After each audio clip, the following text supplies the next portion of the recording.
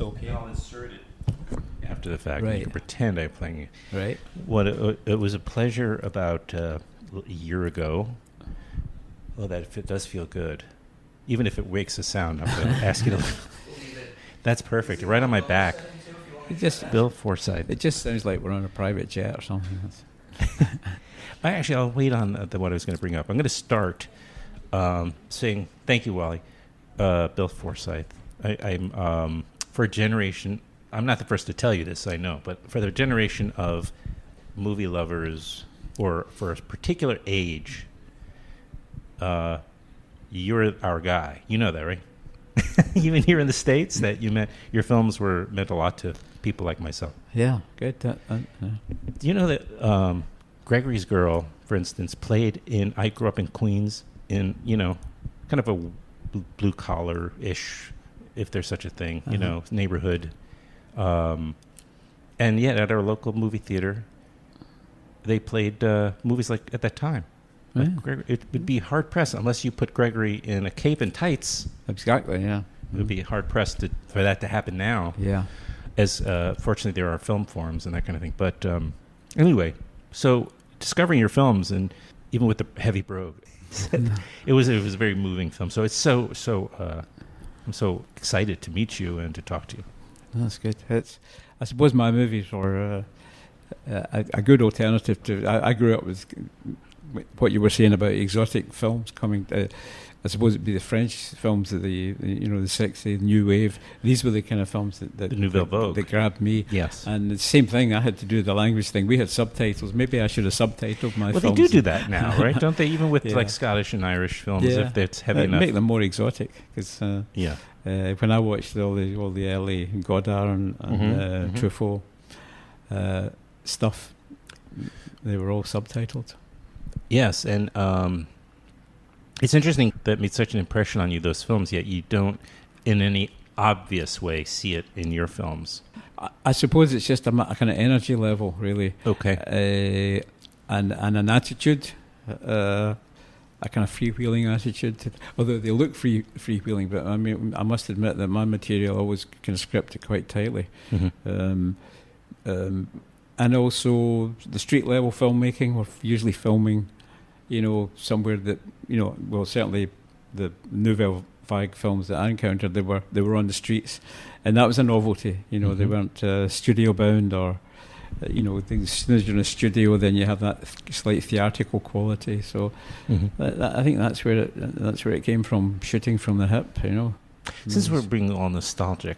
Yes, I know. Since we're being nostalgic, because you're here actually in New York City to present a new print.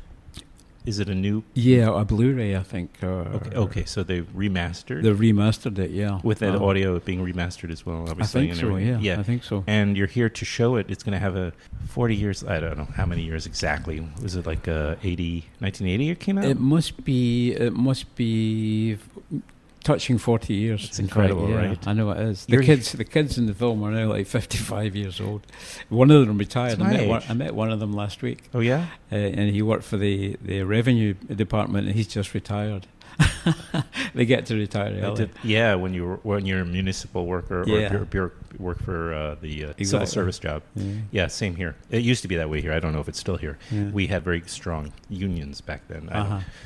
And teachers could also, if you were a public school teacher years ago, you could retire after like doing 20 years. You just they probably needed to. Yeah, that's right. It wasn't actually a choice. Yeah, you were retired by the kids. But anyway, Gregory's Girl is back with, I guess, something of a little facelift. It's a new print, and am I right that it premiered in the United States at the New York Film Festival the year you made it, or was it part of the New York Film Festival? Or? I can't remember that. I would have known about that. I don't think so. Yeah, you would have. I don't think so. As far as I remember, the only time I attended New York with the movie was the Breaking In with Burt Reynolds. That was quite a bit later on. Right. I don't remember. When you won Hollywood. Yes, when I went to Hollywood, with Burt. Yeah. Yeah. We did our caper movie. Yes. Did he?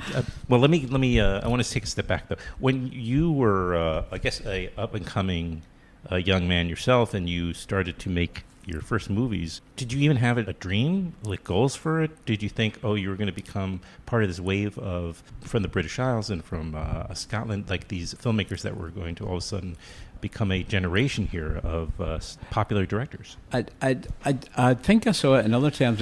Sorry to go back to the European thing, but I think that was more of a kind of profile that I would be aiming towards. Okay. Is the idea of that independent thing and that kind of shooting from the hip thing, and the whole esprit of street level filmmaking, the energy of it.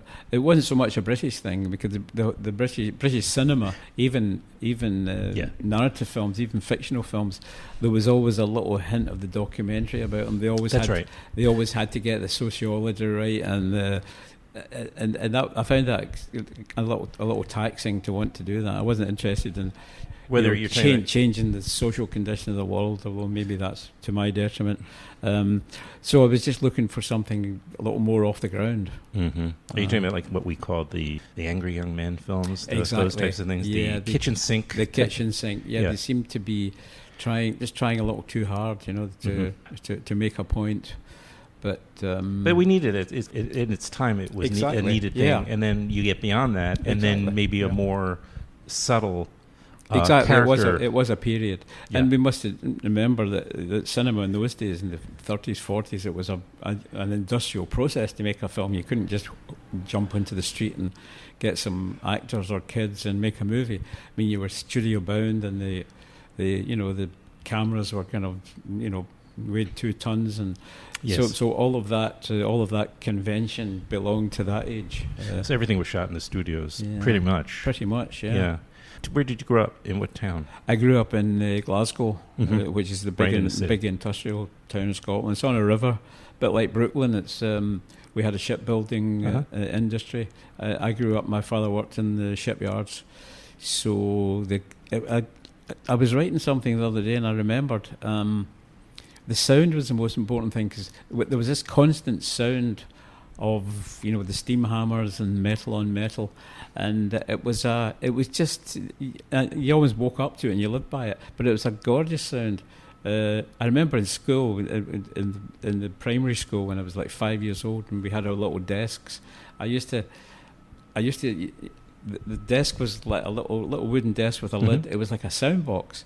You could put your ear to the lid of it, and all the sounds from the shipyards were kind of vibrating in your little school desk.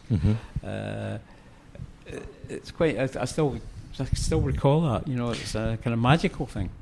That must be, and it's sort of either one of two things, those particular memories, those particular things that get inside of you and stay there, obviously, for your entire life. That's there's you're maybe a nostalgic person. It may be in your fiber to be to be that way. I think I am as well, and maybe that's another reason why I connect to your films. But also, it could be a sign that you're tuned in, so you're a natural storyteller, filmmaker. Like that may have been an early sign. I don't know. Yeah, I'm just. But there's just certain memories and certainly things that never leave you. They kind of reside from that period of my life anyway. And also living on the river, these ships were launched. There would be maybe half a dozen launches a year of different ships being completed, and they were all going out to the exotic names. So you had a little feeling of the world just being beyond. There was an access to the big world through the ships in the industry. And I remember in our house, my father worked in the yards at that point. On the kitchen door on a handle on the kitchen door, there was a sack, a little cotton sack. Full of cane sugar, because there was an awful lot of sugar imported into Glasgow, and for some reason, if you worked in the yards, you had access to it. So it was just one of these little treaty things.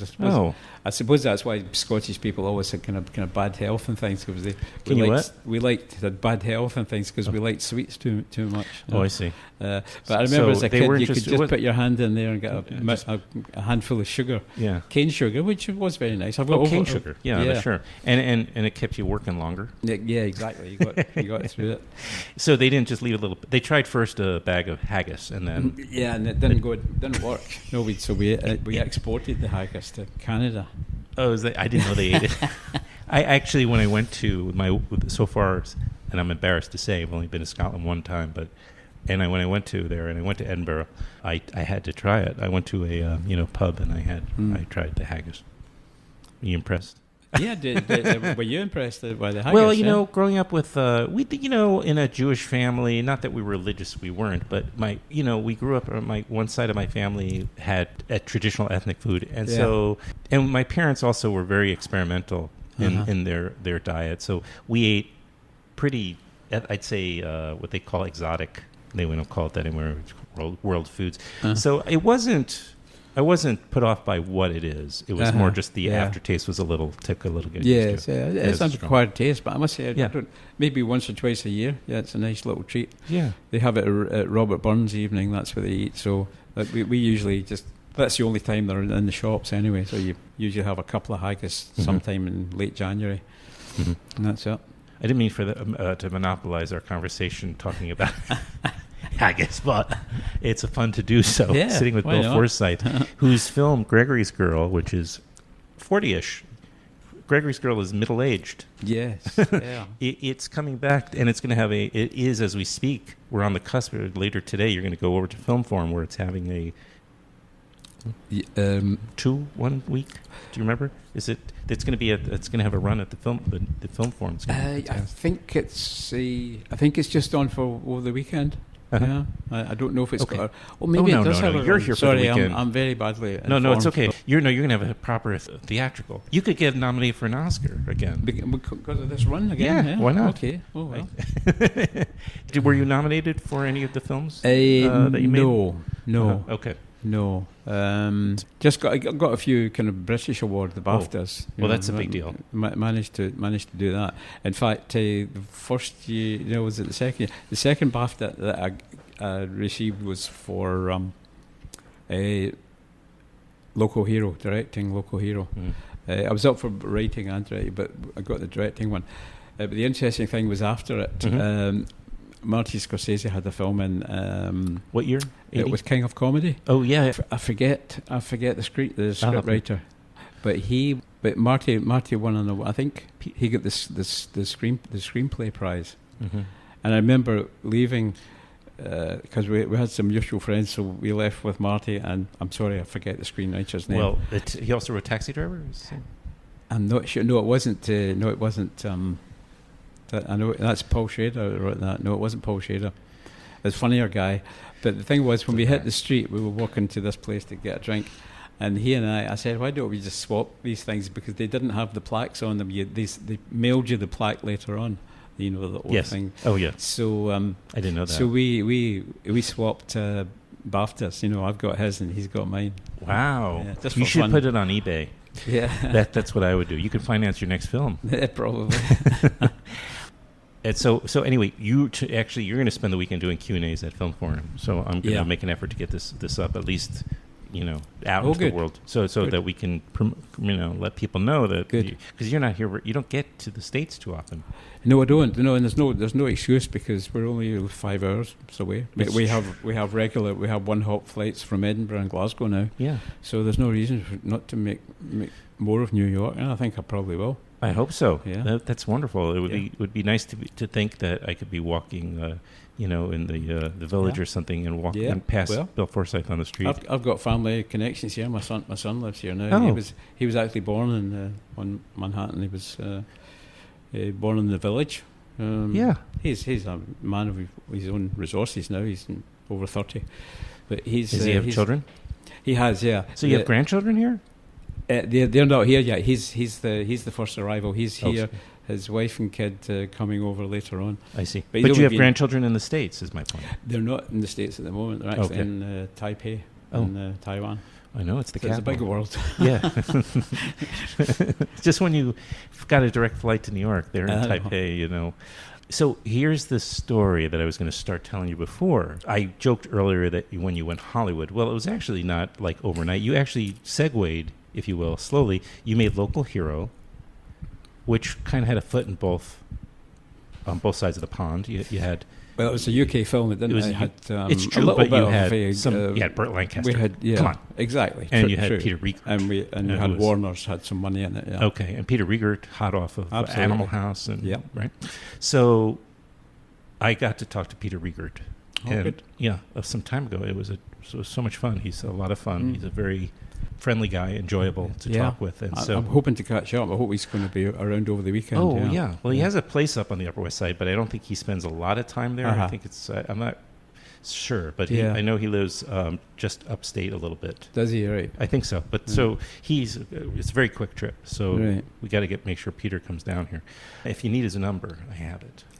I do actually. Good. I'm going to play you the audio, and that is the moment where I said to him at the end of our conversation. We talked for like an hour. And I said, hear me out. I said, Local Hero 2. Now, I did not know until just yesterday when I looked a little bit more into your career again that you made a sequel already. Exactly what I was thinking, only you did it for Gregory's Girl. Gregory's Two Girls, it was Gregory's called. Two Girls. Yeah. I had two girls. That makes more sense. I did not know that. So I thought I was coming up with this brand new idea. But I went with Local Hero. Right. And here's the thing. Okay, just hear me out. And I have it. It's all worked out in here. Okay, so Mac, he's now probably a little older even than Burt Lancaster's character was back when you made the film. Mm-hmm. He's an older man now, kind of retiring age, and he has sold out again. Even though he was a changed man during Local Hero, right by the end of Local Hero, he turns his back on being an industrialist. But so now, though, he became a trader, and he got caught up in his later years. And so he doesn't even trade real things. It's like invisible stuff. He's on the market, right? And he's become very wealthy, and because he was always a very smart guy. So he's lost his soul again, and he finds himself at the beginning of the movie, right at the beginning of the story. So I can't believe I'm telling you this. So he gets word that his old friend back in Fairness, what was his name again? Remind me. The of course famous actor played him. Capaldi plays him. The younger one. Capaldi played the young guy. The one who kind of became his friend over there, who changed him. But I think it was played by Capaldi, right? There were two. There was the guy who lived in the house who had the wife. The wife, and Capaldi was the guy on the street. Well, I'll let you decide because it's your story. Right. He was his business cohort. Yeah. So Mac finds out that he's ill, seriously ill, and so he finds out and he decides he's going to go back to Furness all these years later. Is that not a great setup? That'll work. It's kind of typical. I mean, it's tropish. I agree. No, it will work, yeah. Mm-hmm. Okay, so I tell Peter, and then he goes over there, and once again, he has an opportunity to refine himself and his center and his happiness, and so maybe Capaldi's character, maybe he's gone nature, maybe he's running, maybe he's kind of dropped out of the business thing and has a kind of more relaxed way of life or something. Let me do the story. You do the story, right? Just kidding. I love that. That's a great idea. I'm teasing. So anyway, I said, Peter, I said this, and Peter, I could see him thinking a sequel, working with Bill Forsyth, and I saw him looking at me, and he's nodding, and I could see the inside, mechanics going, and then at the end he just says, well, you're going to have to get Bill Forsyth's permission. And so, can you imagine a couple of weeks ago when I found out you're going to be here, I said, you must squeeze me in because I have to pitch Local Hero 2. We don't have to call it. It could be a working title. Mac is back. The funny thing is, talking about Local Hero... You must have thought about this. Somebody has pitched this to you many times. Well, no, the thing that they ended up pitching was the idea of a musical, Local Hero musical. Right. So that actually happened. They went through the business of writing it. Mark Knopfler got involved. He wrote the songs and the music. Mark Knopfler, who did the... Oh, Mark Knopfler, of course. Well, I was going to say, he could do the music again. Yeah. I would cut him in. Yeah. I'd cut him in. Absolutely. Well, he's just been touring with a new... So he has, yeah. I know. I have the soundtrack. Yeah, he stopped touring a couple of years ago, and he's a very quick worker. He wrote 10, 15 songs in a month. That's insane. And then we workshopped it and things, and it ran in Edinburgh for a couple of months. Yes. And it's going into London next year, I think. Oh my God, I had no idea. Well, this is perfect timing, because based on the success of that, and we're going to just assume it's going to be a huge success, then you can get financing You could for lift a off sequel. the movie, yeah. Because, Mhm. right? Yeah. Because, or worse, they're going to want to make, you know what, they're going to want to do a movie version of the musical. I think it should just be a Yeah, I stage. don't think that's too ambitious. Yeah. Mhm. But I think a sequel is right. And I got you Riegert. He'll do it. And Right. Capaldi, I'm sure. Okay. Capaldi, if Riegert goes on, Capaldi will go on.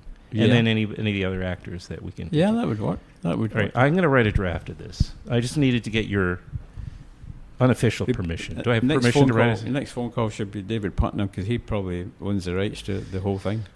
He's the producer. He is the producer, yeah. It's But he'll one be, of those trails. He'll that be is up never for end. it. That's right. That's what happens.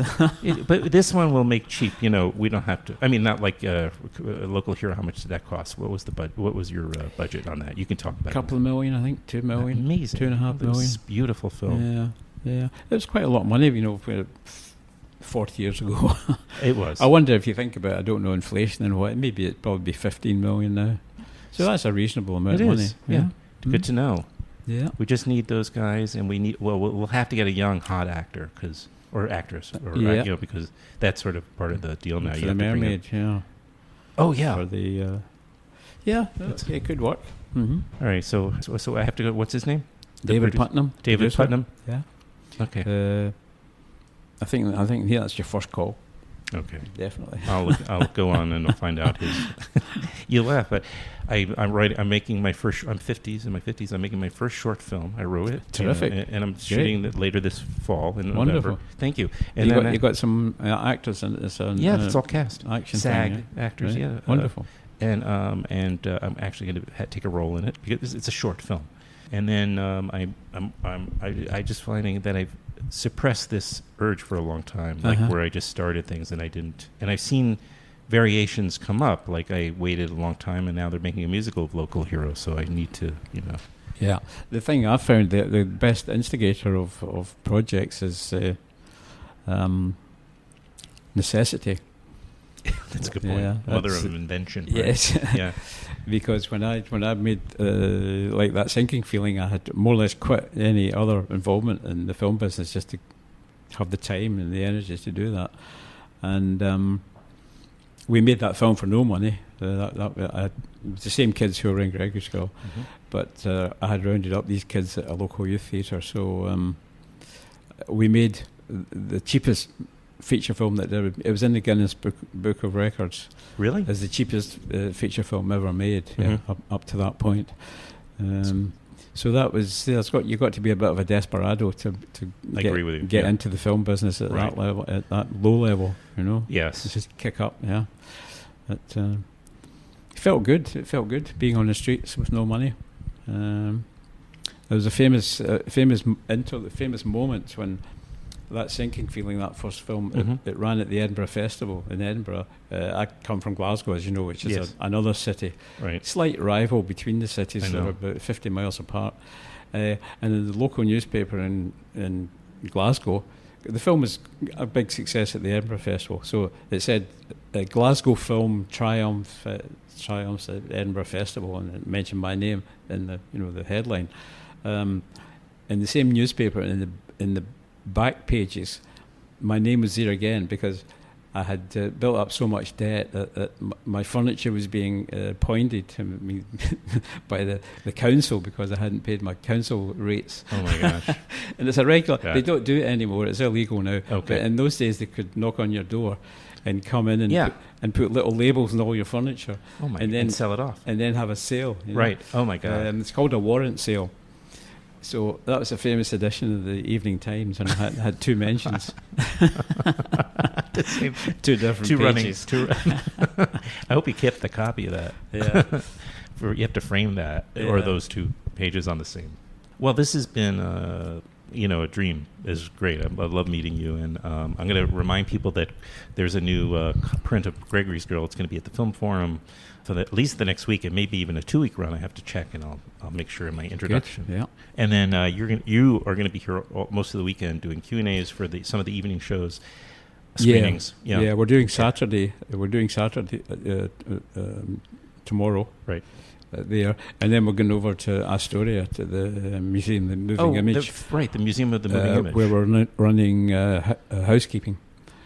Oh, wow. And Christine Latty's going to turn up for that too. Oh, wow. I'm glad you mentioned that. I'm going to definitely bring all this up. So that's the Sunday afternoon, I think, over. And when do you return to Scotland? Early on in the week, I think Tuesday. Good. You're here for a few days. Yeah. Having a great time. People, it's great to have you back. And it's good to be here. And I'm glad that the show, the musical, will probably keep you back in the public eye a bit. You've been quiet. If it staggers across the Atlantic, I'm not sure if they're planning that, but hopefully it might hit. That'd be great too. But even just there, it's good for you. It's good. And then of course the sequel to I'll work on a title. Keep working on that. I will, and then I'm going to talk to David Putnam about that. Note to self. Right. Well, thank you so much. It was thanks for the talk. You have a good time? Good, having fun. Yeah. Oh, good. Me too. All right. Bye. Can you thank you. Can you just say something like like a station ID type of thing, where the name of this show is called Filmwax Radio. Filmwax Radio, and just anything like this is Bill Forsyth, director of blah blah, whatever you want to say. This is Filmwax Radio, and it's coming to you from Scotland tonight, halfway between Edinburgh and Glasgow, from Bill Forsyth, the director of some very old Scottish films. They're not that old. That makes me very old. Thanks. That's great. Perfect.